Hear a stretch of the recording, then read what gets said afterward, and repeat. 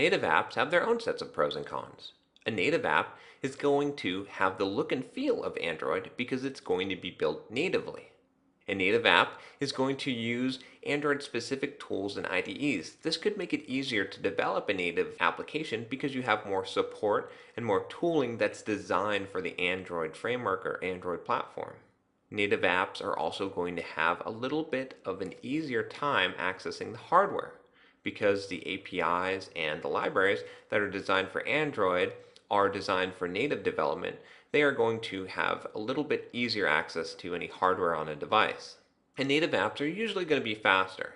The problem with the web app, as we said before, is that it's running inside a browser. A native app is running directly on the operating system, and it should be a little bit faster in most cases. Native apps also have some negatives. One real big negative for a native app is that it's only going to work on Android. If you develop a native Android application, you can't run that on your iPhone or you can't run that on any other platform. You might have to develop your application on those platforms as well. Native applications require you to learn Android development. What I mean by this is that Android has a specific set of libraries and APIs that you use to develop an Android application. We've talked about some of the specifics of Android in some of the previous modules, but you have to learn all that in order to develop an Android application natively. Whereas if you use a web application, you might not need to know too much about the Android platform itself.